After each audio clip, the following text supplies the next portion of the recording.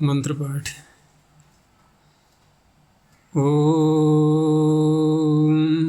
सहनाववतु सहनौ भुनक्तु सह वीर्यं करवावहै तेजस्विनावधीतमस्तु मा विद्विषावहै। ओम शांति शांति शांति।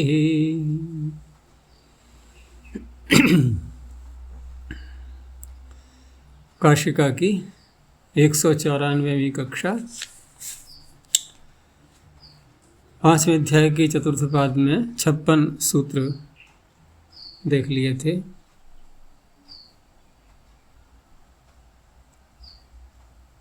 कनेक्शन चला गया।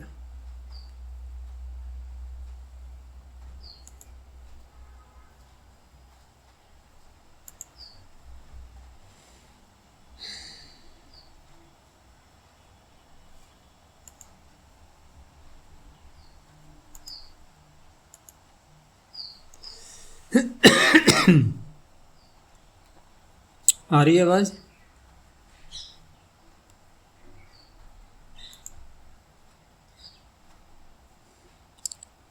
आवाज आ रही है? जी आचार्य।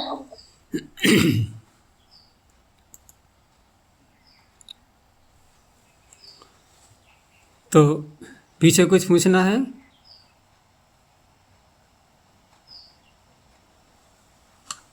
तो आगे हम प्रारंभ करते हैं। अगला प्रकरण डाश प्रत्यय का आ रहा है और सूत्र है अव्यक्तानुकरणाद द्वय जबरार्धाद अनितौ डाच।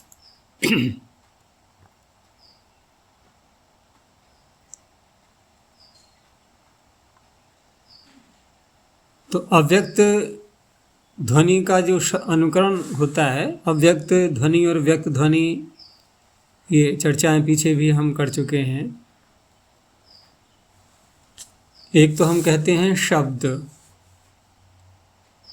तो शब्द भी वैसे तो जो अगर हम व्याकरण की महाभाष्य में देखें इसकी परिभाषा, तो शब्द की परिभाषा क्या की है, याद है किसी को? वर्णोच्चारण शिक्षा में जो पढ़ा था, शब्द की परिभाषा क्या है? जिसके अंत में आता है आकाश देशः शब्दः।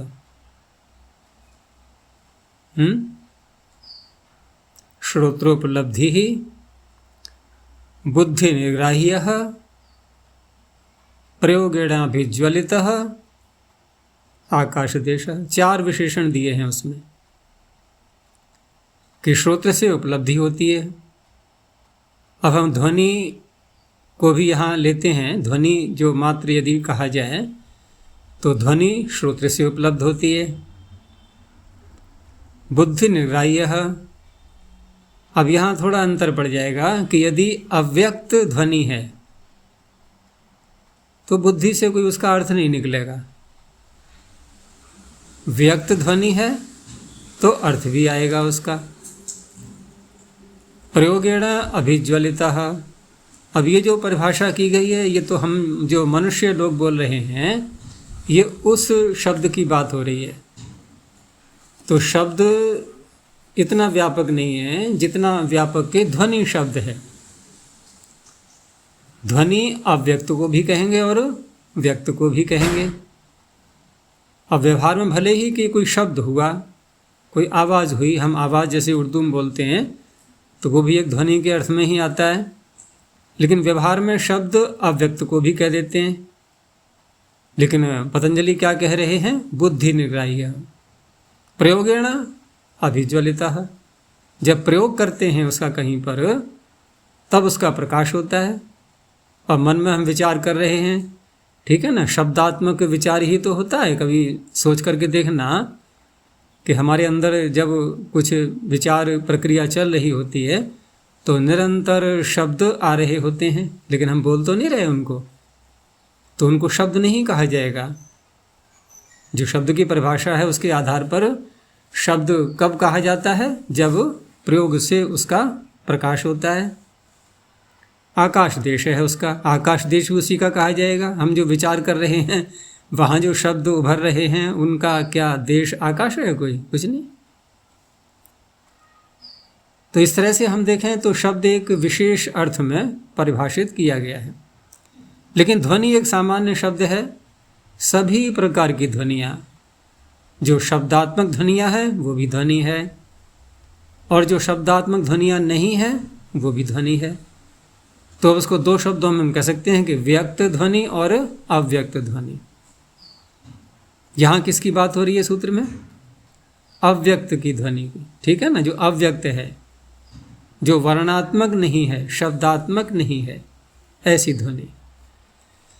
तो इसलिए उसका अर्थ खोला वृत्तिकार ने कि यत्र ध्वनौ अकारादयो वर्णा विशेष रूपेण न व्यज्यन्ते। बहुत स्पष्ट बता दिया कि जिस ध्वनि में, यत्र ध्वनौ माने यस्मिन ध्वनौ अकारादयो वर्णा, आकार आदि जो वर्ण हैं 63 वर्ण, ये विशेष रूपेण न व्यज्यन्ते, जहाँ विशेष रूप से व्यक्त नहीं होते।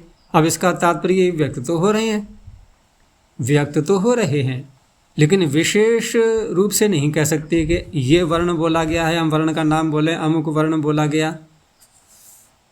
जैसे एक उसमें दृष्टांत देते हैं ना कि मुर्गा शब्द कर रहा है या अन्य कोई पक्षी शब्द कर रहा है, तो अलग अलग प्रवृत्ति के लोग उसका अलग अलग अर्थ निकालते हैं, अलग अलग प्रकार से अर्थ निकालते हैं उसका, कि इसने ऐसा कहा, दूसरा कहेगा इसने ऐसा कहा, तीसरा कहेगा इसने ऐसा कहा। तो विशेष रूप से अभिव्यक्त नहीं हुए वो, तो ऐसी ध्वनियों को कहा जाता है अव्यक्तः। तस्य अनुकरणम, अब उस ध्वनि का यदि अनुकरण कर रहा है कोई, तो उस अवस्था में कहा जाएगा अव्यक्त का अनुकरण। अब अनुकरण करने वाला भी क्या अव्यक्त बोलेगा? अव्यक्त का अनुकरण व्यक्त होगा या अव्यक्त होगा? अनुकरण मनुष्य ही करता है या अन्य कोई भी करेगा?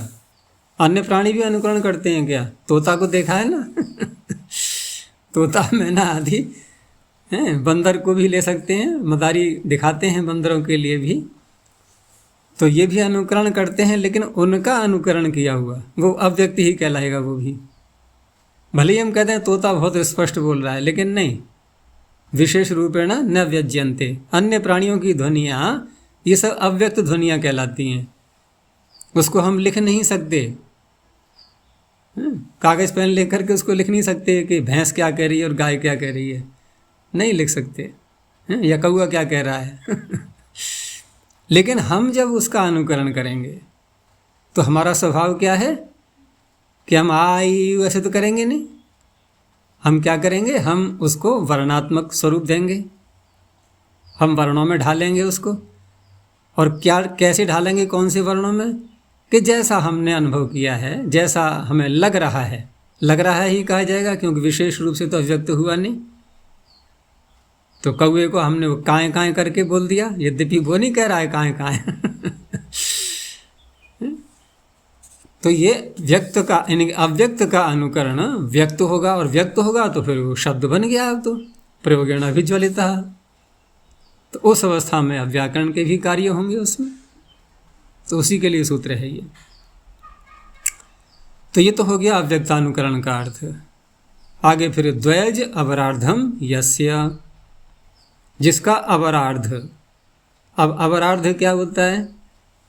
अवर शब्द इधर को भी कहते हैं, जैसे इधर अवर और पर, दूसरी ओर का पर हो गया, जैसे नदी का अवर किनारा पर किनारा। लेकिन अवर का अर्थ अगर हम अन्य दृष्टि से देखें तो कम को भी कहते हैं, न्यून। अवर का अर्थ न्यून, कि ये अवर है और ये पर है, यानी कि ये कम है ये अधिक है। या निकृष्ट उत्कृष्ट, ये निकृष्ट है ये उत्कृष्ट है, ये अवर है ये पर है, ऐसे भी बोलते हैं। तो यहाँ अपकर्ष अर्थ में जो आ रहा है ये अवर शब्द ये अपकर्ष को कह रहा है, अर्थात कमी के लिए, न्यूनता के लिए। अब न्यूनता यहाँ किस तरह से होगी कि हमने कोई अव्यक्त शब्द का अनुकरण किया, और अनुकरण करके उसको द्वित्व भी किया, क्योंकि बिना द्वित्व किए आधा भाग उसका दो अच का नहीं बन पाएगा, तो पहले उसको द्वित्व भी करते हैं, डबल बना दिया उसको। अब वहाँ पर उसका जो आधा वाला भाग है अवर भाग, वो कैसा होना चाहिए? द्व्यच दो अच वाला हो। अगर एक अच वाला होगा तो नहीं लगेगा सूत्र। ये अधिक तो हो सकते हैं लेकिन कम से कम दो अच अवश्य हो। और द्वैच में अच शब्द आ ही रहा है, व्यंजन कितने भी आ सकते हैं उसमें, लेकिन अच दो अवश्य होने चाहिए। तो द्वैज अवरार्धात, तो द्वैज अवरार्धम यस्य तद द्वैज अवरार्धम अवर शब्दो अपकर्षे। इन्होंने बता भी दिया है कि अपकर्ष अर्थ में है यहाँ पर कि यस्य अपकर्षे क्रियमाणे, जब उसको कम किया जाए तो कम हम यहाँ तक रखें कि कम से कम उसमें दो अच अवश्य आ जाएं। तो यस्य अपकर्षे क्रियमाणे सुष्ठु न्यूनम अर्धम, लेकिन हम उसमें से कम करेंगे भी तो कम करने के बाद भी जो बचा हुआ भाग होगा दूसरा, वो भी उससे कम ना हो। तीसरा क्या हो जाएगा? समान, समान भाग करना, समान टुकड़े करना, दोनों का बराबर बराबर रहेगा और एक भाग में दो अच होंगे। तो सुष्ठु न्यूनम अर्धम द्वैचकम संपद्यते। तस्माद अव्यक्तानुकरणाद अनिति परात। अब परे हम क्या बोलेंगे उसके? तो कहा कि परे उसमें इति शब्द इति शब्द नहीं आना चाहिए, इति शब्द परे न हो उस अवस्था में। क्योंकि अगर इति लगा देंगे तो इति शब्द अगर हम लोक भाषा में लगाते हैं तो किसका बोधक होता है? स्वरूप का। इति शब्द लगा देंगे ना तो स्वरूप का बोधक बन जाएगा वो। और व्याकरण में इति लगाते हैं तो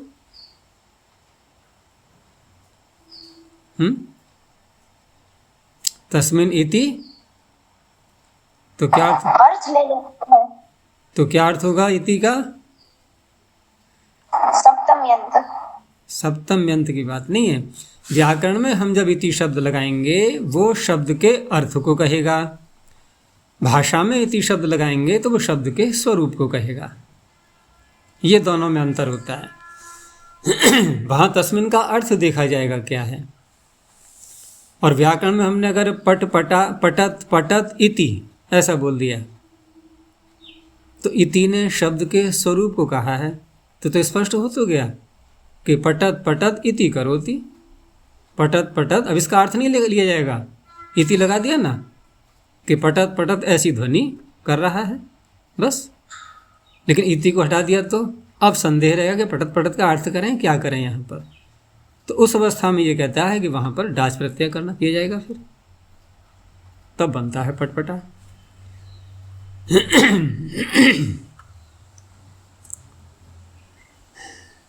तो तस्माद अव्यक्तानुकरणाद अनिति परात डाच प्रत्यय भवति।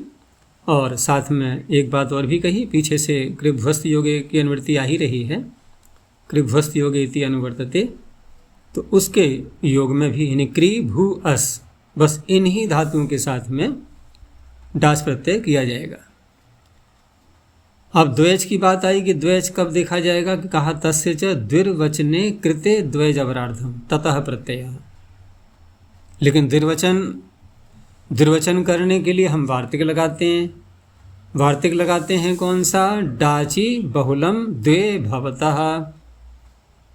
तो फिर डाच प्रत्यय को कह रहे हैं कि द्वित्व करने के बाद होगा, और द्वित्व करने वाला वार्तिक कह रहा है कि डाच परे रहते होगा। ये तो विरोध हो गया ना परस्पर। जब डाच परे ही नहीं है तो द्वित्व कैसे करेगा? और ये कह रहा है कि पहले आप द्वित्व कर लो, आधा भाग दो अच का है नहीं है ये देखो, तब डाच प्रत्यय होगा। तो वहाँ डाची बहुलम द्वे भवता में डाची में विषय सप्तमी मान करके ये समाधान किया गया है। इनके डाच प्रत्यय आने से पूर्व ही, बस डाच का विषय आ चुका है और उससे पूर्व ही द्वित्व किए करेंगे। इसीलिए कहा कि तस्य च द्विर्वचने कृते द्वैज अवरार्धम ततः प्रत्यय। तो डाची बहुलम द्वे भवतः इति विषय सप्तमी, डाची विवक्षिते द्विर्वचनम एव पूर्वम क्रियते पश्चात प्रत्यय।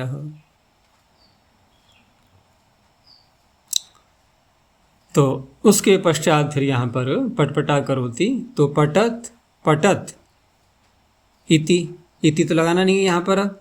तो पटत पटत करोति। अब पटत पटत में यानी कि डाच तो लाना ही है हमें, क्योंकि डाच विषय आने पर हमने द्वित्व भी कर लिया पहले ही, और द्वित्व करके ये भी देख लिया कि आधा भाग कम से कम 2 का है। तो उस अवस्था में अब डाच प्रत्यय आ गया आगे, तो पटत पटत और डाच आगे सिद्धि पता होगा, ये सब डित होने से इधर टी भाग का लोप कर देंगे। तो इधर रह गया फिर पटत और पटा। अब इधर क्या करेंगे, अब पटत पटा में क्या करेंगे, पररूप करेंगे ना। तो वहाँ भी एक वार्तिक आता है कि नित्यम आम्रेडिते डाची, और परभाग की आम्रेड संज्ञा होती ही है। जब द्वित्व करते हैं तो परभाग की तस्य परम आम्रेडितम, और आम्रेडित जब परे होता है तो जो पूर्व जो भी वर्ण है उसको और पर वाला उन दोनों को मिला करके पर रूप हो जाएगा। तो पटत में अंतिम वर्ण क्या है, तकार। ये अगले वाले पटा के पकार में इनके दोनों को हटा करके अंत वाला पर रूप इनका पकार ही रहेगा। तो पट पटा, बस ये बन गया। और ये जो सारे प्रत्यय अभी चल रहे हैं हमारे, तो पीछे तो हमने देखा था अव्यय संज्ञा करने के लिए तहितष्टा सर्वविभक्ति ही लगाते थे। और यहाँ कैसे करेंगे कि डाच प्रत्यय जब हो जाता है तो उस अवस्था में डाच प्रत्यांतों की गति संज्ञा की गई है ना, ऊर आदि च्वी डाचश्च, और गति निपात के अधिकार में चल रहा है। और गति संज्ञा है इसीलिए ते प्राग धातुओं से हम धातु के पहले इनका प्रयोग कर लेते हैं। पटपटा करोति, पटपटा भवति, इस प्रकार से बोलते हैं ना। तो ये निपात संज्ञा भी सबकी हो रही है, तो स्वरादि निपात में से ये अव्यय भी कहलाते हैं। तो इसलिए सुप्रत्यय आएगा, उसका लोप हो जाएगा, तो पटपटा करोति। इस तरह से ये शब्द बनते हैं। यदि भी कई बार बना लिए हम लोगों ने पीछे भी।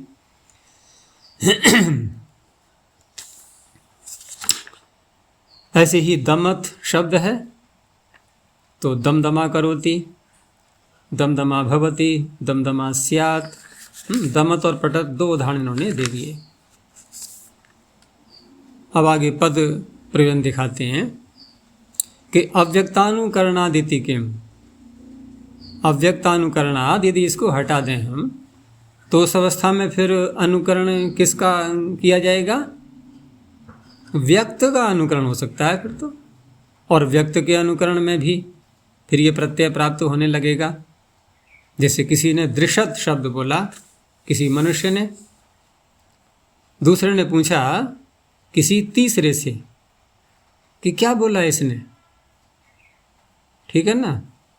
तुम लोगों से कोई बोलता है, मेरी समझ में नहीं आती, तो किसी और से पूछते हैं ना कि क्या कहा इसने।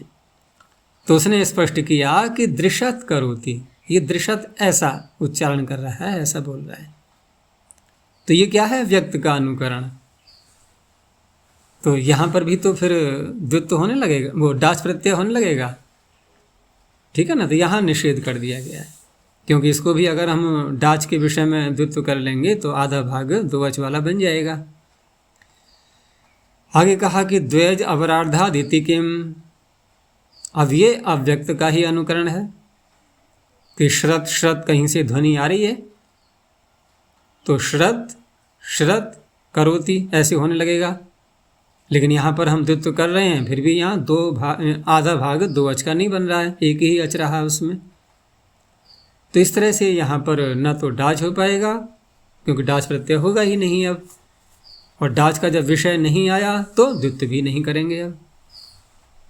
बस श्रत करोति इतना ही हुआ। अवर ग्रहणम किम, अवर ग्रहण का दिया प्रतिधारण। अब इसमें क्या है शब्द, खरट खरटा करोति। तो खरट खरटा करोति में क्या है यहाँ कि खरट यानी खरटत, ठीक है ना, खरटत, इसका अनुकरण किया था। और खरटत को फिर द्वित्व भी कर लिया, डास प्रत्यय के विषय में जैसे हमने पटत को द्वित्व किया था, ऐसे ही खरटत को भी द्वित्व किया, और खरटत को द्वित्व करके खरटत खरटत, ठीक है ना। तो इसमें जो आधा भाग है ये कितने अच का है?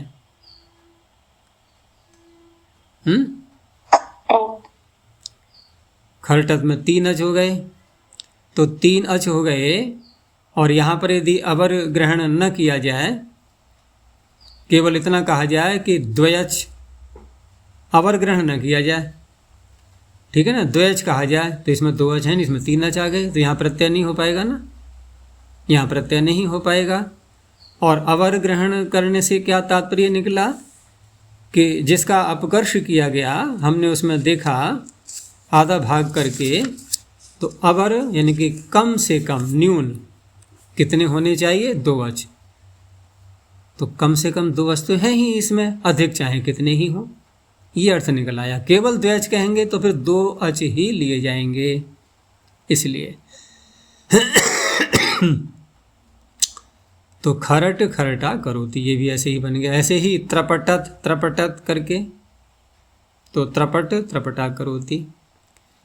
अनितव इति किम, तो अनितव में यहाँ पर फिर पटत इति करोति, अब इति लगा दिया है तो पटत शब्द का अर्थ निकल ही आया कि अव्यक्त ध्वनि हो रही है। उस अवस्था में डास का विषय न आने से द्वित्व भी नहीं हो पाया।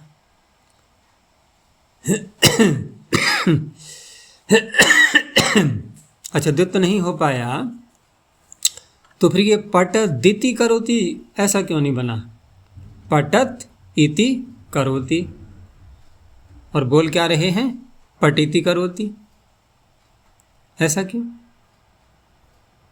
तो संधियों के प्रकरण में वहाँ सूत्र दिया हुआ है, अव्यक्तानुकरणस्य अतः इतौ, अव्यक्तानुकरणस्य अतः इतौ।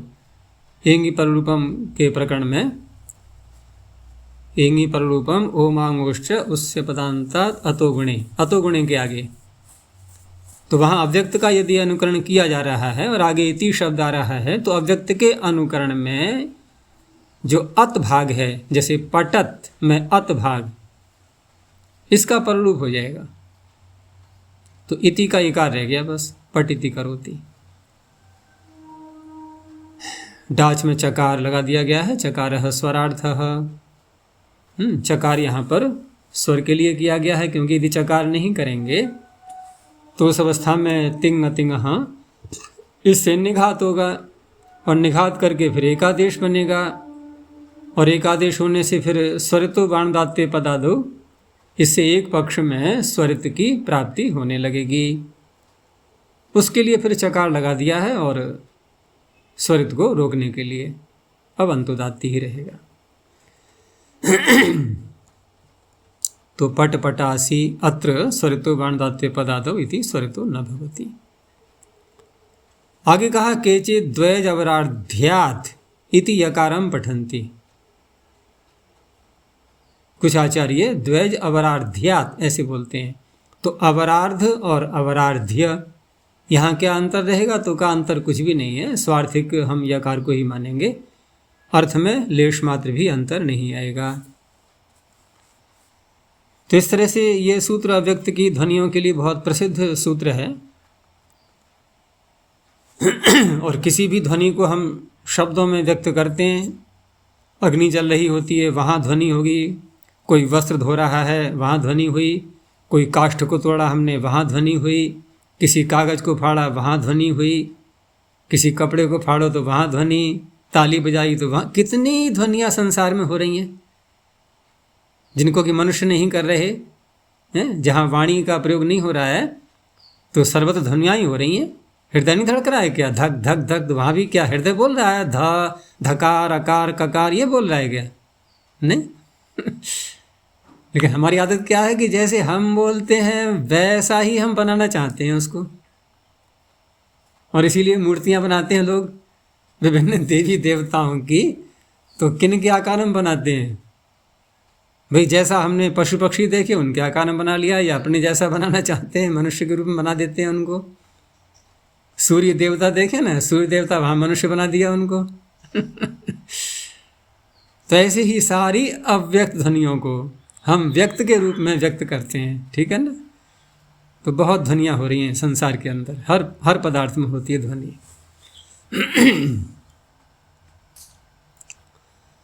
आगे क्रियों द्वितीय तृतीय शंभ बीजात कृशव। अब इस प्रकरण को आगे भी लेंगे थोड़ा। तो अब यहाँ पर जो आगे विषय चल रहा है, तो इस सूत्र से हम क्या क्या आगे ले जाएंगे, क्योंकि यहाँ अब ये अव्यक्त के अनुकरण का तो विषय हो चुका है पूरा, ठीक है ना। उसकी चर्चा आगे नहीं की जाएगी, लेकिन डास प्रत्यय अभी आगे चलेगा, तो इसकी अनुवृत्ति आगे ले जा रहे हैं। ये जब तक ये समासांत का प्रकरण प्रारंभ नहीं होगा तब तक ये चलता रहेगा। तो इसमें जो शब्द आ रहे हैं द्वितीय तृतीय शंभ और बीज, इन शब्दों से डाच करना है। और पीछे जो कृभ्वस्त योगे की अनुवृत्ति आ रही थी उसमें तीनों धातुएं सम्मिलित थीं, लेकिन आगे जो ले जाना है हमें वो केवल क्री धातु को ले जाना है। अब तो क्री धातु को यहाँ दोबारा पढ़ दिया गया है। फिर अब जहाँ तक डाच की अनुवृत्ति जाएगी वहाँ तक क्री धातु की भी अनुवृत्ति जाएगी। तो इस तरह से डाच का और क्री का संबंध हो चुका है। डाच प्रत्यांत शब्द अब क्री के साथ में जुड़ेंगे। भू और रस रह गए, भू और रस केवल अव्यक्त के अनुकरण तक ही रहे। तो द्वितीय तृतीयादिभ्यः शब्देभ्यः कृषौ अभिधेयायाम डाच प्रत्ययो भवति। कृषि को कहने के लिए ही ये सूत्र लगेगा। कृषि कार्य जो होता है उसमें खेतों की जुताई करते हैं किसान लोग, तो उसके लिए है मुख्य रूप से ये सूत्र। डाच प्रत्यय भवति क्रियों योगे न अन्यत्र, अन्यत्र नहीं करना है। अब वो इसलिए कहा कि भू और रस का यहाँ पर कोई संबंध नहीं है। इसलिए स्पष्ट किया पुनः क्रिय ग्रहणम भुवस्त्योर निवृत्त्यर्थम। अब द्वितीय तृतीय तो पूर्ण प्रत्यांत शब्द हैं, लेकिन जब कृषि के साथ में घटाएंगे इसको, तो इसको यूँ कह सकते हैं, अगर इसका विग्रह करें तो कैसे बनेगा, द्वितीयम क्षेत्रम करोति। भाई क्षेत्र को द्वितीय कर रहा है। अब यहाँ थोड़ा हमें लक्षणा से भी अर्थ लेना होगा। एकदम अभिधावृत्ति से संदेह बना रहेगा कि द्वितीय कर रहा है दूसरा कर रहा है, क्या अर्थ हुआ इसका। इनके जोतने का, कृषि में क्या करेंगे, जुताई करेंगे, उसकी हल चलाएंगे उसमें। तो होता ही है जब खेतों को, उसकी भूमि को, मिट्टी को जब इस प्रकार का योग्यता देते हैं उसमें कि बीज डाल करके अंकुर निकलने लगे, तो एक बार जुताई से वो कार्य नहीं हो पाता है पूरा। एक बार किया फिर दोबारा किया, जब दोबारा जुताई हो रही है तो कहा जाएगा द्वितीया करोति। जब तीसरी बार फिर जुताई की गई तो कहा जाएगा तृतीया करोति।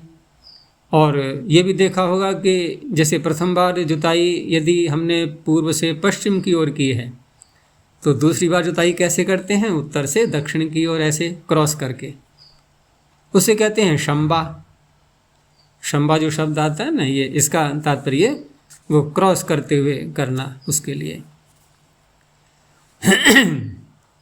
और एक शब्द इसमें आ रहा है बीज। तो बीज में तो स्पष्ट है कि अब जुताई हो गई, अब बीज भी तो डालना है इसमें। तो बीज डालना है तो बीजम करोति, तो बीजा बन जाएगा वहाँ। तो मूल शब्द यही है, द्वितीय तृतीय शंभ और बीज। और जब इनसे डाच करेंगे तो टी भाग का लोप होकर के सब आकारांत बन गए ये। अब आकारांत बनने का अर्थ स्त्रीलिंग नहीं समझ लेना है कि आ गया अंत में, तो ये अव्यय हैं सारे ये। और गति संज्ञा होने से क्रिया के साथ में प्रयोग हो ही रहा है, करोति के साथ में इनका। तो द्वितीयम, द्वितीया करोति का अर्थ किया द्वितीयम कर्षणम, और कर्षणम का अर्थ किया विलेखनम। और विलेखन शब्द जोतने में आता ही है, तो विलेखनम करोति इत्यर्थः। तो द्वितीया करोति, तृतीया करोति, शंबा करोति। शंबा करोति का अर्थ खोला इन्होंने, थोड़ा अस्पष्ट था इसलिए कि अनुलोम कृष्टम क्षेत्रम पुनः प्रतिलोमम कृषति इत्यर्थः। तो दोनों विपरीत हो गए, अनुलोम और प्रतिलोम। पहले जिस ओर को जोता गया था, जिस दिशा की ओर, और दोबारा उससे विपरीत दिशा की ओर, ये प्रतिलोम हो गया। लेकिन यहाँ अनुलोम प्रतिलोम का अर्थ ये नहीं ले लेना है कि पहले हमने जोता दक्षिण से उत्तर की ओर और दोबारा जोता उत्तर से दक्षिण की ओर, ऐसे नहीं, ये क्रॉस नहीं हुआ। और ऐसे करेंगे तो कोई लाभ ही नहीं है भाई। जो कूण बोलते हैं उसको, जो बीच का हिस्सा होता है ना सीता, तो वो जो बनी उसकी, उसी में फिर हल आ जाएगा, उससे क्या लाभ हुआ। तो क्रॉस करके जोतते हैं।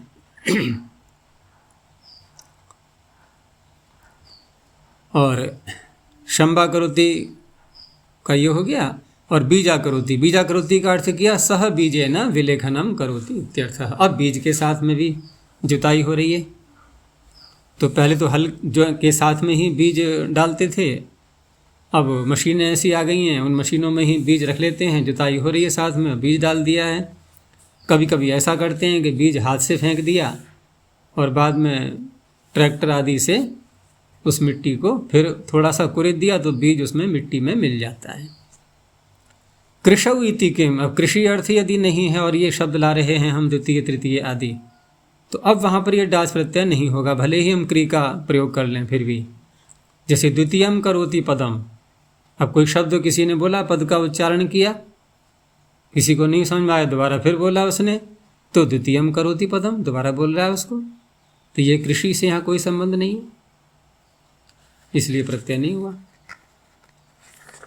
आगे संख्यायाश्च गुणान्तायाः।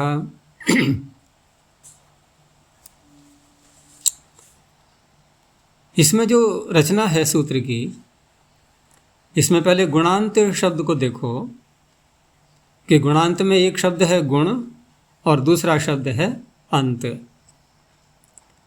और अंत का अर्थ यहाँ क्या करेंगे, अंत के कई अर्थ होते हैं ना, उसमें एक समीप अर्थ पीछे भी पढ़ चुके हैं हम। अंत का अर्थ समीप भी होता है और वही यहाँ पर लिया गया है। तो गुण अंत में है जिसके, लेकिन विग्रह कैसे होगा, क्योंकि अंत में है, गुण शब्द अंत में है जिसके, तो वो कोई और शब्द होगा ना जिसके अंत में गुण शब्द आ रहा है, तो अन्य पदार्थ तो हो ही गया।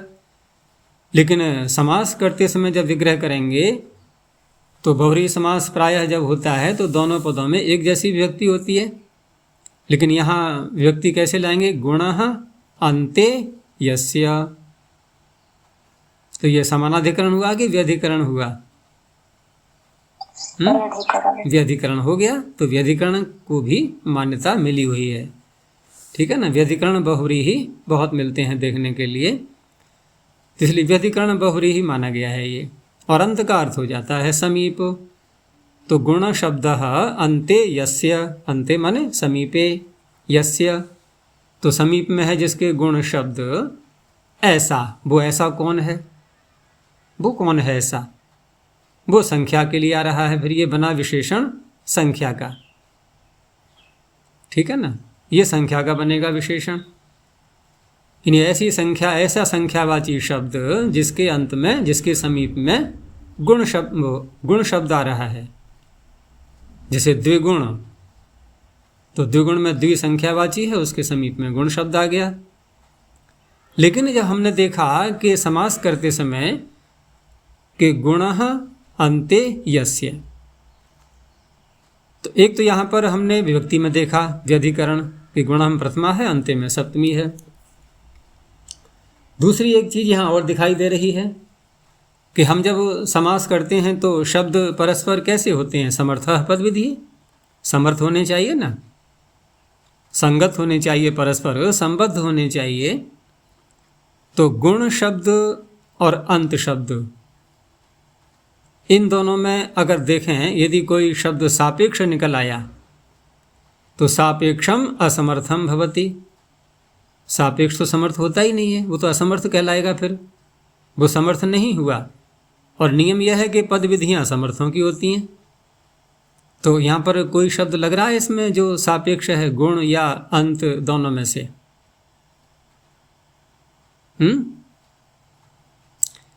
देखो, गुण तो सापेक्ष नहीं है, गुण तो अपने में स्वतंत्र है, बस गुण का अर्थ गुण ही होता है। लेकिन जब अंते कहा गया कि अंत यानी कि समीप में है किसी के, समीप, तो समीप शब्द सापेक्ष होता है कि नहीं? तुरंत ही कहा जाए किसके समीप, किसके समीप, यानी कोई और भी चीज़ चाहिए हमें। तो ये हो गया सापेक्ष। और सापेक्ष क्यों? क्योंकि ये संख्या की ओर संकेत कर रहा है, संख्या के समीप। तो असमर्थ समास, इसमें दोनों बातें निकल आई। ये असमर्थ समास भी है, व्यधिकरण समास भी है।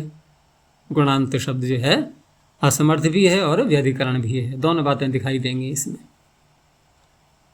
यानी कि सापेक्ष होने पर भी समास कर लिया गया है। और देखो, दो बातें मिली विपरीत हमें, जो कि सामान्य रूप से नहीं होती। एक तीसरी बात और मिलेगी विपरीत इसमें, कि बहुरीय समास में क्या नियम होता है जब पूर्व निपात करते हैं। तो कितने सूत्र हैं बहुरीय समास में पूर्व निपात बताने वाले? सप्तमी विशेषणे बहुव्रीहौ निष्ठा बाहिताग्न्यादिषु। हाँ, तो सप्तमी विशेषणे बहुव्रीहौ, बहुरीय समास में सप्तम्यंत शब्द और विशेषण शब्द इनमें से कोई मिल जाए तो उसको पूर्व में ले लेते हैं। यहाँ विग्रह किया हमने गुणः और अंते, सप्तम्यंत अंते शब्द आ रहा है, ये पूर्व में आना चाहिए। सारी उलट पुलट सब इसी शब्द में हो गए।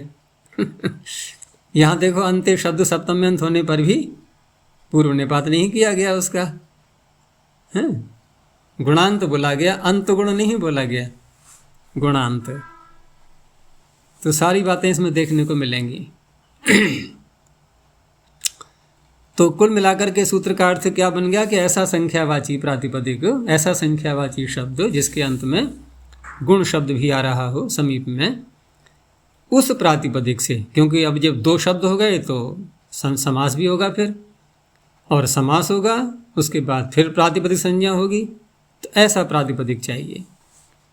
तो संख्यावाचिनः शब्दस्य गुण शब्दो अन्ते समीपे यत्र संभवति सा संख्या गुणांता इत्युच्यते।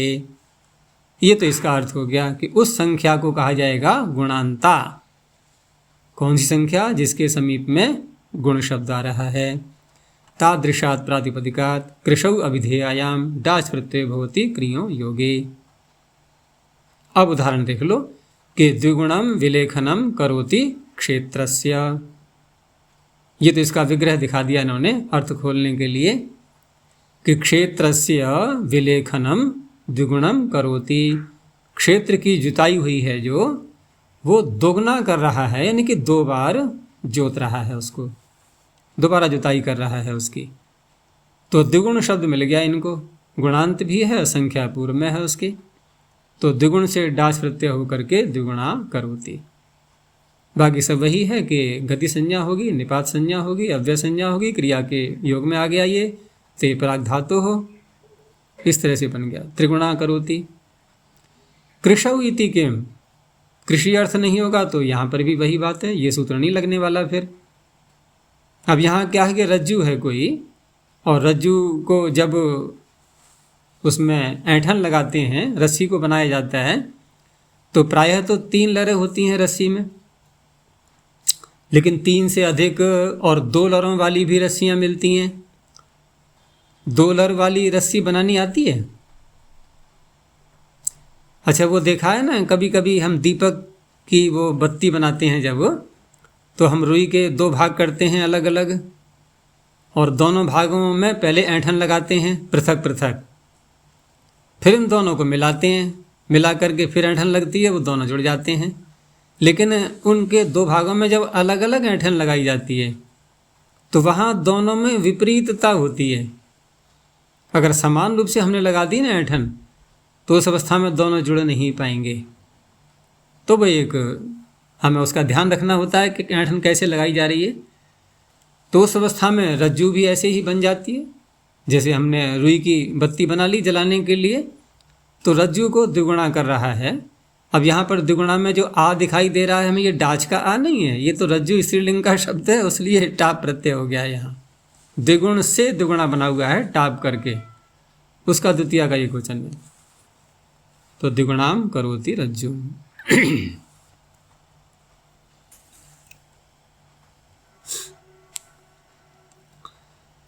आगे समयाच्च यापनायाम। और ये सूत्र बहुत चरितार्थ हो रहा है हम सब लोगों पर। समय बहुत बिताते रहते हैं ना व्यर्थ में ही, देखो उसी के लिए है ये सूत्र। तो पाणिनि ने अनुमति दे दी है समय बिताने के लिए। तो क्रिया इत्येव कृषौ इति निवृत्तम, अब कृषि कार्य तो हो गया है, अब समय बिताने की बारी आई है। तो कर्तव्यस्य अवसर प्राप्ति ही समय। पहले समय की व्याख्या करते हैं कि देखो समय का कितना सुंदर अर्थ किया है इन्होंने। समय समय हम काल को बोल देते हैं, टाइम बस केवल इतना ही मात्र नहीं है। हमें ये जीवन दिया है परमात्मा ने, जाति आयु भोग, तो आयु क्या है? ये समय है। तो क्या अर्थ हुआ इसका? कर्तव्य करने का अवसर दे दिया है हमें। हम भूल जाते हैं उद्देश्य उसका क्या था हमारे लिए। ये समय, ये आयु क्यों दी गई है? कि नहीं वो ताश के पत्ते खेलने को दी गई है, आयु गप मारने को दी गई है। वहाँ समय लगाया जा रहा है। तो कर्तव्य से अवसर प्राप्ति ही। और वैसे भी देखो समय शब्द में सम लगा हुआ है ना, सम उपसर्ग बहुत पवित्र होता है ये। तो कर्तव्य के लिए अवसर की प्राप्ति होना, ये समय हो गया। अब कोई व्यक्ति उसका अतिक्रमण कर रहा है, यानी कि उस अवसर का लाभ नहीं उठा पा रहा है, उसको यूं ही बिता रहा है। अतिक्रमण, अतिक्रमण का यहाँ लांघना तात्पर्य, उससे लाभ नहीं उठा पाए, वो लांघ गया, उसके लिए निकल गया समय। तो तस्य अतिक्रमणम, उसके लिए कहा गया यापना। तो या धातु से णिच प्रत्यय करके पुकागम हो गया है, और न्यास श्रंथो युच, ण्यंतों से युच प्रत्यय हो ही जाता है, यापी, यापी धातु बना करके। तो यापना, क्योंकि या का अर्थ क्या है? जाना, और णिच कर दिया तो भेजना, जैसे गच्छति और गमयति, तो याति और यापयति। अब यहाँ भेजना किसको हो रहा है? समय को, कि जा, तेरे से हमारा कोई मतलब नहीं है, हमें तो इससे कोई भी लाभ नहीं लेना, चला जा। तो क्या करते हैं फिर? टाइम पास करते हैं, टाइम को पास कर देते हैं। फेल हो रहे हैं स्वयं, टाइम को तो पास कर रहे हैं, स्वयं फेल हो रहे हैं। तो समय शब्दाद यापनायाम गम्यमानायाम डाच प्रत्यय भवति क्रियों योगे। तो यापना गम्यमान होने पर, यही सूत्र में आया है शब्द यापना, उस अवस्था में डाच प्रत्यय हो जाएगा। अब देखो हमारा जो प्रकरण प्रारंभ हुआ था तीसरे पाद से स्वार्थिक प्रत्ययों का, और पीछे हमने ये बातें अनेकों बार देखी हैं कि बहुत से प्रत्यय तो बिल्कुल स्वार्थ में थे ही, कोई भी अर्थ में अंतर नहीं आया। कहीं कहीं प्रकृति में छिपे अर्थ को द्योतित किया प्रत्ययों ने, ये भी देखा हमने। यहाँ हम क्या किस तरह से लेंगे? यहाँ क्या ये समय शब्द में ये इसको बिताना छिपा हुआ है अर्थ? नहीं, ऐसा तो नहीं है। बड़ा सुंदर अर्थ है कि अवसर प्राप्ति है, ये तो ये समय का अर्थ हुआ। ऐसा तो नहीं है कि समय का अर्थ बिताना भी था और वो डाच प्रत्यय ने अभिव्यक्त कर दिया, ये भी नहीं कह सकते यहाँ। तो यहाँ पर हम देखें तो स्वार्थ ये वास्तव में नहीं है, ये स्वार्थ में नहीं है, ये प्रत्यय से ही अर्थ निकल रहा है। और इसीलिए फिर यापनायाम आदि इन शब्दों का प्रयोग किया गया है। पीछे कृषौ ऐसे कहा गया था। तो गम्यमान, गम्यमान जब कहा जाता है ना, और देखो इनमें वृत्ति में कहीं स्वार्थ शब्द भी नहीं मिला होगा अभी देखने को। अभी जो हमने सूत्र देखे इनमें स्वार्थे प्रत्यय भवति ऐसा नहीं कहा गया है। लेकिन फिर अंतर क्या है पीछे के प्रत्ययों में और यहाँ में? क्योंकि यहाँ समर्थानाम प्रथमाद्वा तो लाते नहीं है हम, प्रथम तो यहाँ कोई बात ऐसी है नहीं। अंतर मात्र इतना ही है कि वहाँ हम जैसे विग्रह करते हैं उपगो अपत्यम आदि करके, तो वहाँ साथ में एक अर्थ भी लेते हैं विग्रह में अलग से, जो कि प्रथमांत होता है। जैसे तस्य समूहः, तस्येदं, तस्यापत्यम, जो भी अर्थ हैं वो कैसे हैं? सब प्रथमांत हैं। यहाँ अर्थ को कैसे खोला गया है? यापनायाम, ये सप्तमी में आ रहे हैं यहाँ के जो अर्थ आ रहे हैं ये, ठीक है ना। तो यहाँ गम्यमान, गम्यमान कहने पर भी तात्पर्य वही है, वो गम्यमान तभी हो पाएंगे जब प्रत्यय का प्रयोग करेंगे हम, तभी उनका अर्थ निकल पाता है। तो विग्रह में हम जो दिखाते हैं कि जैसे यहाँ का जो विग्रह किया इन्होंने, समयम यापयति, ये इसको खोला। अब इतना न कह करके हमने कह दिया समया करोति।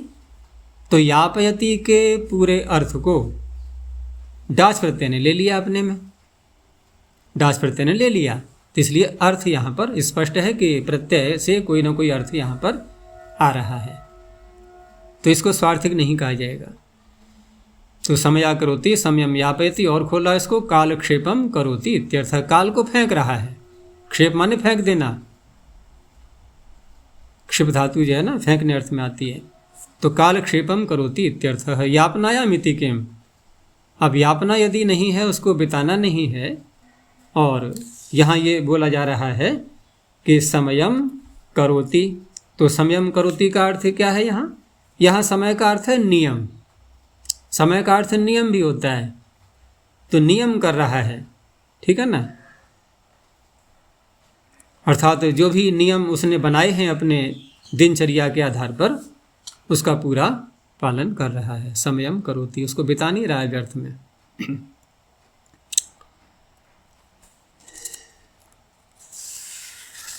आगे इसमें जो दो सूत्र आ रहे हैं, अब ये कुछ हिंसा से जुड़े हुए हैं।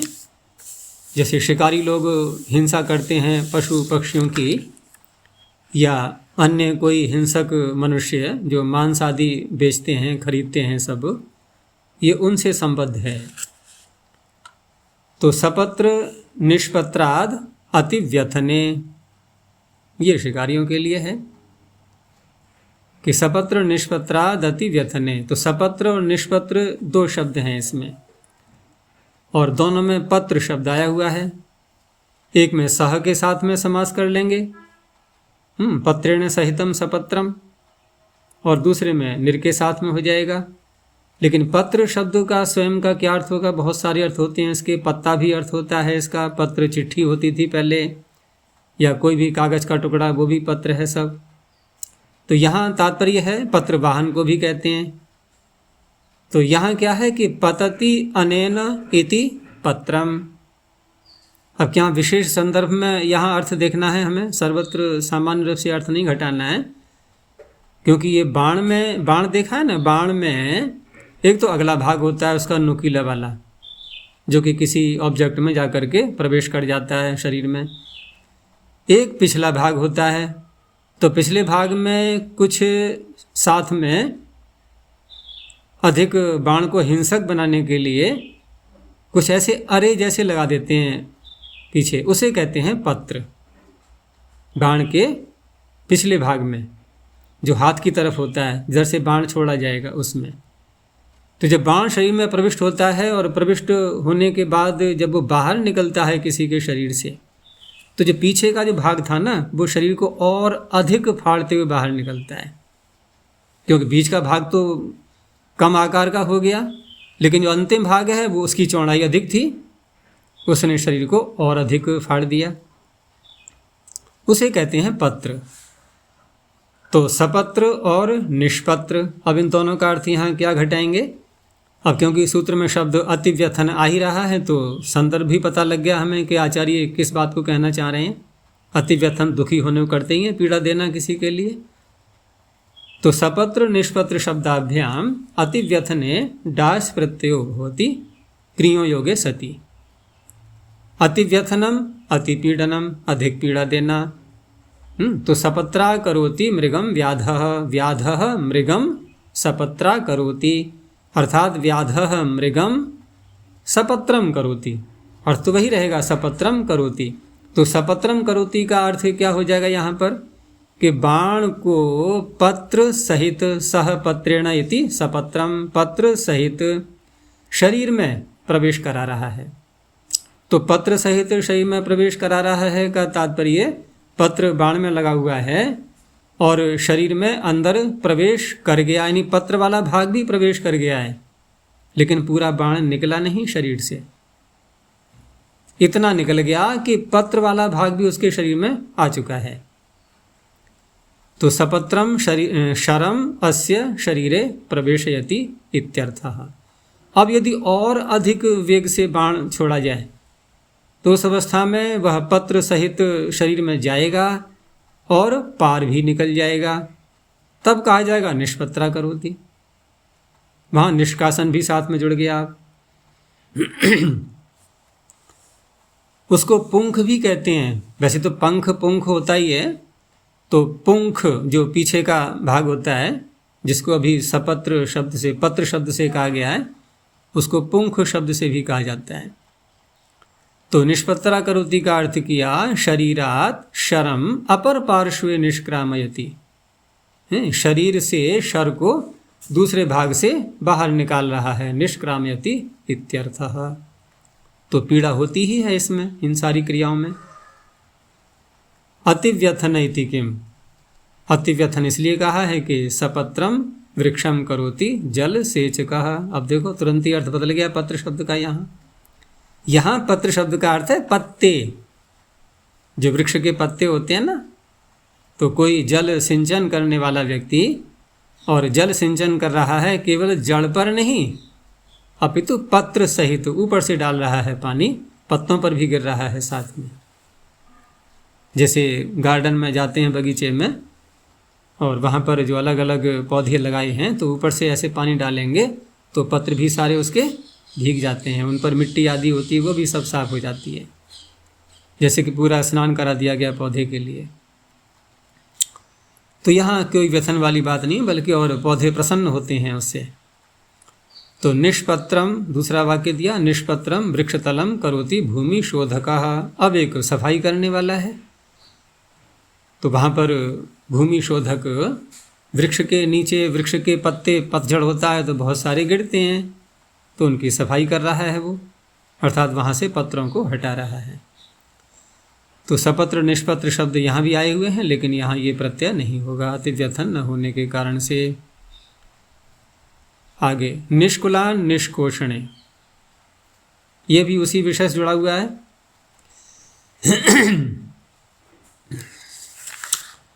इसमें कहा कि क्रिया है इत्येव निष्कुल शब्दात निष्कोषणे वर्तमानात् क्रियों योगे डाच प्रत्ययो भवति। अब यहाँ निष्कोषण अर्थ लिया इन्होंने। तो निष्कोषण का तात्पर्य है कि जो शरीर के अंदर के अवयव हैं, जैसे किसी पशु को या पक्षी को मारते हैं तो अंदर के अवयवों को भी बाहर निकाल लेना, ये निष्कोषण अर्थ का यहाँ प्रकट कर दिया गया। तो निष्कुल शब्दात निष्कोषणे वर्तमानात् क्रियों योगे डाच प्रत्यय भवति निष्कोषणम अंतर अवयवानाम बहिर्निष्कासनम, जो अंदर के अवयव हैं उनको बाहर निकालना। निष्कोषण, कुश कहते हैं खींचने के लिए, कुश निष्कर्षे। तो निष्कुला करोति पशून, पशुओं को निष्कुल कर रहा है, अर्थात उनके अंदर के अवयवों को बाहर निकाल रहा है। निष्कुष्णाति इत्यर्थः, ये क्रियादिगण की धातु है, कुश निष्कर्षे, निष्कुष्णाति इत्यर्थः। निष्कोषण इति किम, निष्कोषण यदि अर्थ नहीं है तो यहाँ है निष्कुलान करोति शत्रुन। अब यहाँ दूसरा अर्थ है, निष्कुल शब्द तो आया गया है, लेकिन यहाँ निष्कुल का तात्पर्य यहाँ कुल से इनके शत्रुओं को ऐसे समाप्त कर रहा है, कुल सहित निष्कुल कर रहा है उनको, हैं, परिवार सहित उनको नष्ट कर रहा है। आगे है सुख प्रियाद आनुलोम्य। इसमें आनुलोम्य अर्थ दिया हुआ है और शब्द सुख और प्रिय। तो सुख प्रिय शब्दाभ्याम आनुलोम्य वर्तमानाभ्याम क्रियों योगे डाच प्रत्यय भवति। आनुलोम्य, इसका अर्थ किया आनुलोम्यम अनुकूलता। और वैसे अनुलोम का क्या अर्थ होता है? लोम कहते हैं जो रोए होते हैं हमारे शरीर के ऊपर, रोम और लोम, रा और ला का भेद माना जाता है, इसी को लोम कहते हैं, लोमन। तो अनुलोमन। और जब एक सामान्य स्थिति होती है व्यक्ति की, तो उस अवस्था में जो रोम का झुकाव होता है वो किधर को होता है? नीचे की ओर। अचानक किसी को क्रोध आ रहा हो या कुछ अन्य प्रकार से खतरा अनुभव हो रहा हो तो रोए खड़े हो जाते हैं ना एकदम अचानक। और विशेष करके देखना है तो कुत्ते के देख लेना कभी, कुत्ते को जब खतरा दिखाई देता है सब रोम खड़े हो जाएंगे। कुत्ते हैं, बंदर हैं, बहुत सारे जो प्राणी हैं उनके बाल एकदम खड़े हो जाते हैं सीधे। तो अगर सामान्य अवस्था है, झुके हुए हैं, तो क्या है ये? अनुकूलता। यही है आनुलोम्यम। ठीक है ना? उसी से तात्पर्य यहाँ आनुलोम्यम अनुकूलता। अब यहाँ क्योंकि जिन शब्दों से प्रत्यय कर रहे हैं सुख और प्रिय शब्द से, इनके संदर्भ में देखा जाएगा तो जो भी हमारा आराध्य है, जो हमारा पूज्य है, जो सेवनीय है, जो भी व्यक्ति हमारे बड़े बुजुर्ग आदि तो उनके चित्त के अनुकूल, ठीक है ना, जो उनको चाहिए वैसा उनको देना, उनके वचन के अनुसार कार्य करना, ये क्या हो गया? उनके चित्त का अनुवर्तन, आराध्य के चित्त का अनुवर्तन, आराध्य चित्तानुवर्तनम, इस अर्थ में लेना है यहाँ आनुलोम्य शब्द को। तो सुखा करोति का अर्थ हो गया सुखम करोति, अर्थात अपने आराध्य के चित्त के अनुकूल व्यवहार कर रहा है। और प्रिय शब्द भी उसी में आएगा, उनका प्रिय कर रहा है, जो उनको चाहिए वैसा कर रहा है। सुखा करोति दुखा करोति। तो स्वाम्यादेश चित्तम आराधयति इत्यर्थः। अब स्वामी आदि के चित्त की आराधना कर रहा है, इसका अर्थ वो पूजा कर रहा है या उनकी आरती उतार रहा है, ये अर्थ नहीं ले लेना है। क्योंकि वैसे तो आराधना का जो अर्थ लेते हैं ना प्रायः करके कि मंदिर में आराधना कर रहा है, तो वहाँ वही तो अर्थ लेंगे कि मूर्ति के आगे सामने होकर के, खड़े होकर के और उसकी पूजा आदि करना, आरती करना, कोई स्तोत्र आदि बोलना, ये सब इन क्रियाओं को आराधना कह देते हैं। लेकिन आराधना का जरा अर्थ खोलना, धातु के अनुसार क्या है? तो संसिद्धि अर्थ हो रहा है यहाँ तो सम्यक प्रकार से किसी कार्य को सिद्ध करना। वहाँ कौन सा कार्य सिद्ध हो रहा है? अर्थात जिसकी हम आराधना करना चाह रहे हैं उसके कार्य को हमें सिद्ध करना है, उसकी आवश्यकता की पूर्ति करनी है, उसके अनुकूल कौन सी वस्तु है वो हमें उपलब्ध करानी है, उसको क्या चाहिए ये देखना है। तो उस अवस्था में कहा जाता है कि हम इनकी आराधना कर रहे हैं। तो स्वामी आदि के चित्त के अनुकूल सारा कार्य करना, ये उसकी आराधना हुई। तो स्वाम्यादेश चित्तम आराधयति इत्यर्थः। सुखम प्रियम वा कुर्वन् अपि, है सुख और प्रिय करता हुआ भी, आनुलोम्ये अवस्थितः एवं उच्यते। सुख और प्रिय करता हुआ भी, कभी कभी ऐसा भी होता है कि दूसरे के लिए सुख कारक जैसा लग रहा होता है, कि जैसे मान लो कोई व्यक्ति शराब पीने वाला है, ठीक है ना, अब उसके पास मद्य नहीं है और समय आ गया पीने का, अब वो तड़प रहा है, तो वो उसके लिए अनुकूल क्या लग रहा है उसमें? मुझे किसी प्रकार से मदिरा मिल जाए। अब एक आया कि हाँ बहुत तड़प रहा है, उसको दया आ गई, तो उसके अनुकूल, ठीक है ना, वो तो मान रहा है कि मैं इसके अनुकूल ही कार्य कर रहा हूँ, उसको मदिरा देने लगा और सामने वाला प्रसन्न भी हो गया कि बहुत कष्ट था मुझे और इसने सहायता की है मेरी। लेकिन क्या वो उसके लिए अनुकूल रहेगी? तो ये प्रतिकूल हो गई ना। तो उस अवस्था में ये अर्थ नहीं घटेगा यहाँ कि सुखा करोति, बहुत सुखी कर रहा है मदिरा पीने वाले के लिए। तो कहा सुखम प्रियम वा कुर्वन्नपि, सुख प्रिय तो ठीक है वो कर रहा है, लेकिन उस अवस्था में भी आनुलोम्य अवस्थितः, आनुलोम्य स्थिति में भी रहना चाहिए, उसके अनुकूल भी होना चाहिए वो। एवं उच्यते, तब ये कहा जाता है सुखा करोति प्रिया करोति। आनुलोम्य इति किम, तो सुखम करोति प्रियम करोति औषध पानम। अब औषधि का पान करना है, बहुत कड़वी है ठीक है ना, बहुत कड़वी है वो, तो उसको प्रिय कैसे बनाया जाए? थोड़ा हमने उसमें मीठा मिला लिया, होता है कड़वी दवाइयों में थोड़ा मीठा मिला लेते हैं तो अच्छा लगता है उसका पान करने में।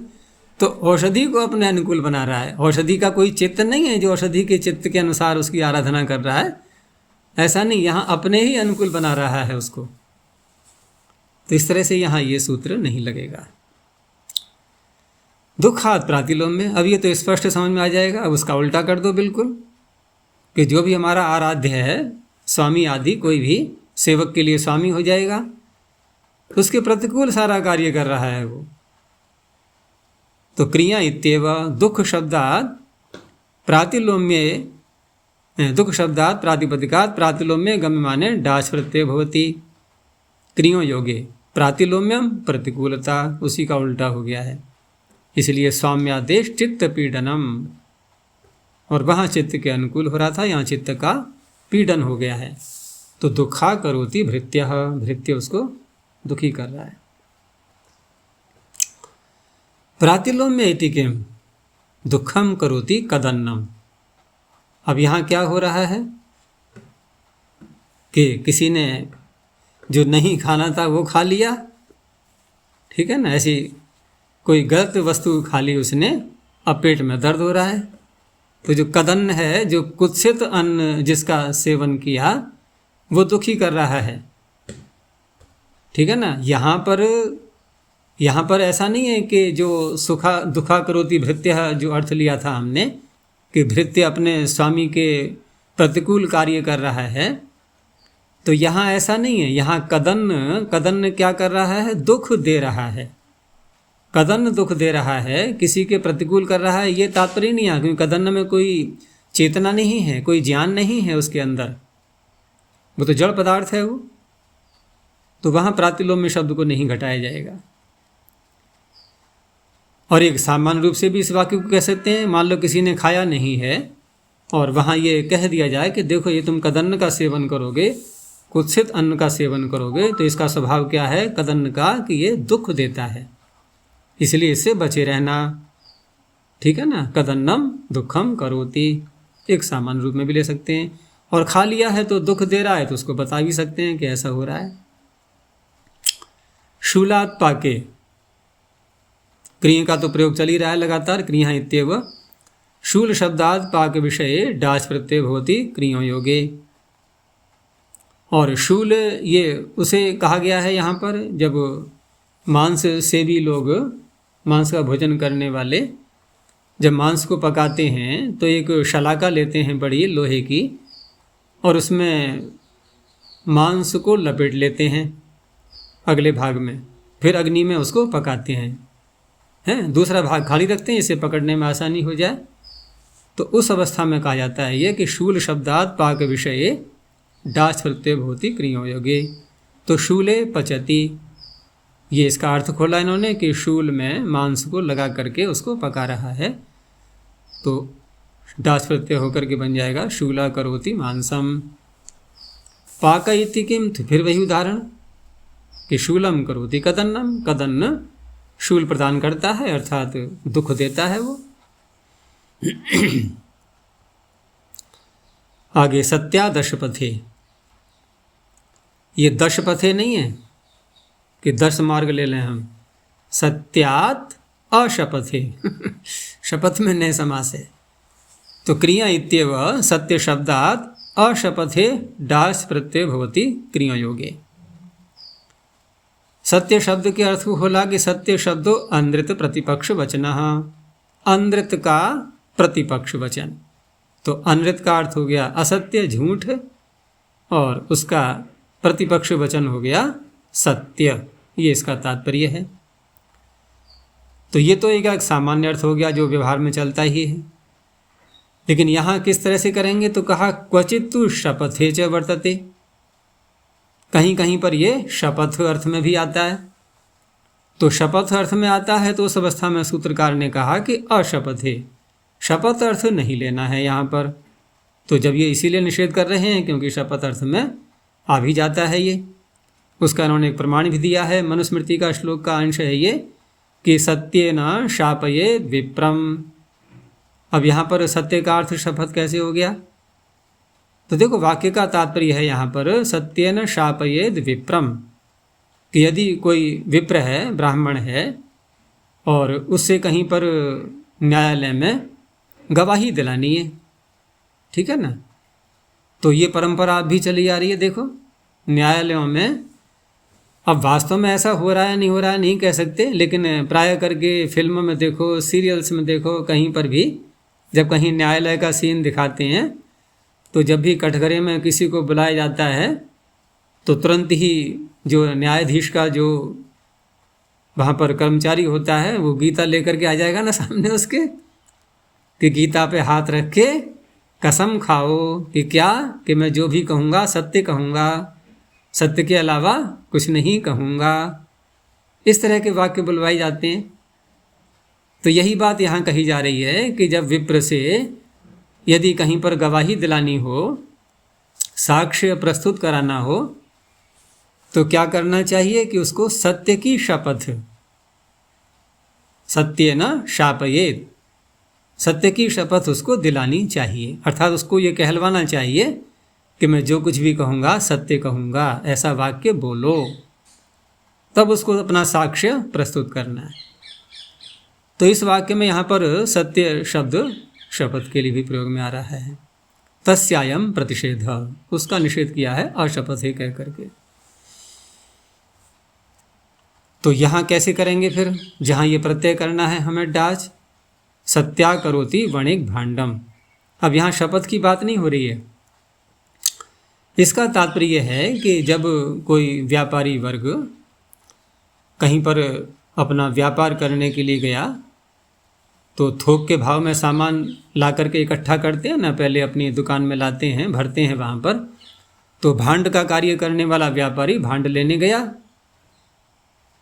और वहाँ उसने देखा कि हाँ इतना सारा हमें लेना है, लेकिन अभी पूरा लिया नहीं है। लेकिन एक निश्चय होता है ना, पहले से निश्चय होता है कि हाँ हम इस इतने सामान को आपका ले लेंगे।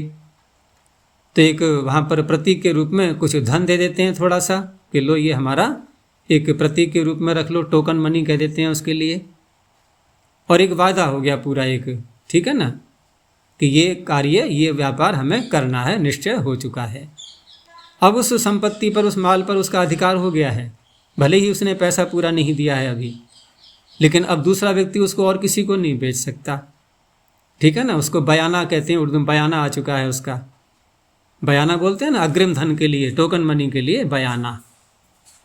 तो सत्या करोति वणिक भांडम, वणिक जो है भांड खरीदने के लिए सत्या करोति अपने वचन को वहाँ पर पक्का कर रहा है कि मैं इसको खरीदूंगा। इसलिए आगे खोला गया उसको, मया एतत् क्रेतव्यम, ये मेरे द्वारा ही खरीदना है, इति तथ्यम करोति, ऐसा निश्चय कराता है वहाँ। अशपथ इति किम, अब यहाँ तो फिर शपथ अर्थ ही लेना है। सत्यम करोति ब्राह्मण, ब्राह्मण शपथ ले रहा है।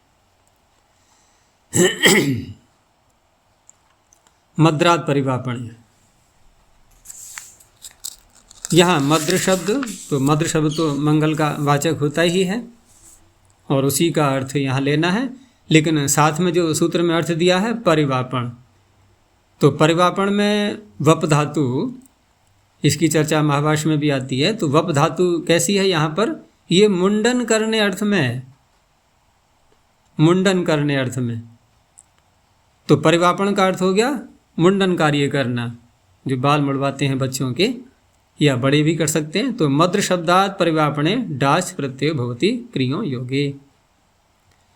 लेकिन मुंडन जो प्रारंभ में करते हैं वो तो वास्तव में करना ही होता है, इसलिए उसको संस्कार का भी रूप दे दिया गया है। मुंडन संस्कार जो बच्चों का होता है, क्योंकि गर्भावस्था के जो बाल होते हैं उनको एक बार पूरा साफ किया जाता है, एक समय आता है पूरी उनकी सफाई की जाती है। परिवापण, चारों ओर से उनको पूरा काट देना। एक होता है थोड़ा थोड़ा काटना, वो तो केवल मात्र वपन हुआ बस। ये क्या है, परिवापण, पूरा ही काट देना, उसको मुंडन कहा जाएगा। वो मंगलकारी होता है फिर, क्योंकि नए बाल आते हैं, बहुत अच्छे आते हैं। फिर वो गर्भावस्था के बालों में अगर कोई अन्य बैक्टीरिया वायरस कुछ भी होते हैं वो सारा समाप्त हो जाता है और फिर नए मोटे मोटे बाल जमते हैं, लंबे आकार में निकलते हैं। तो परिवापणम मुंडनम और मद्र शब्दों मंगलार्थ है, यानी मंगलम मुंडनम करोति, मुंडन कार्य जो कि मंगल देने वाला है उसको कर रहा है। तो मद्रा करोति वार्तिककार ने जो नाई होता है ना, जो ये वपन कार्य करता है, उनको हम मंगल कहते हैं। नाई को ही मंगल कहते हैं, चलो ये और अच्छा है फिर तो। मंगल वाला ऐसा। अच्छा, हाँ तो मंगल कार्य कर रहा है, देखो सभी गंदगी हटाता है बालों की, वो यही मंगल है। अब ये मद्र का पर्यायवाची भद्र शब्द भी आता है, तो वार्तिककार ने कहा आचार्य जी आप इसको क्यों छोड़ रहे हो, इसको भी ले लो ना, है ना, आपके ही अर्थ के अनुकूल है ये। तो भद्राचेति वक्तव्यम, चलो ठीक है, भद्र को भी ले लिया, तो भद्र से भी ऐसे ही वाक्य बन जाएंगे। भद्रा करोति नापितः कुमारम, एक ही अर्थ हो गया भाई। परिवापणेति किम, तो होगा परिवापण में ही। अब कोई वैसे कल्याण कर रहा है, मुंडन कार्य नहीं कर रहा है, तो फिर डाश प्रत्यय नहीं होगा। भद्रम करोति वाक्य तो बोल ही सकते हैं, ठीक है ना। तो अब यहाँ तक रखते हैं, आगे एक नया प्रकरण ये प्रारंभ हो रहा है, समासांता, जो कि पाद के अंत तक जाएगा। बहुत प्रसिद्ध प्रकरण है ये, 5वें अध्याय का अंतिम प्रकरण। इसको फिर देखेंगे अब।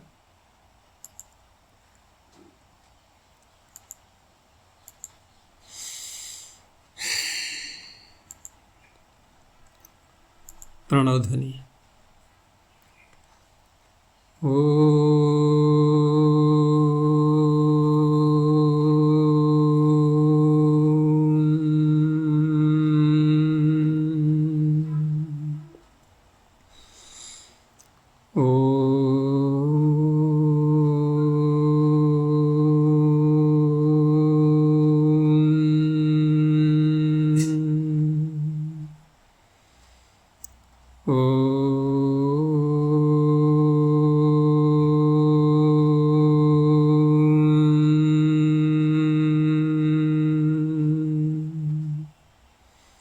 शांति शांति शांति।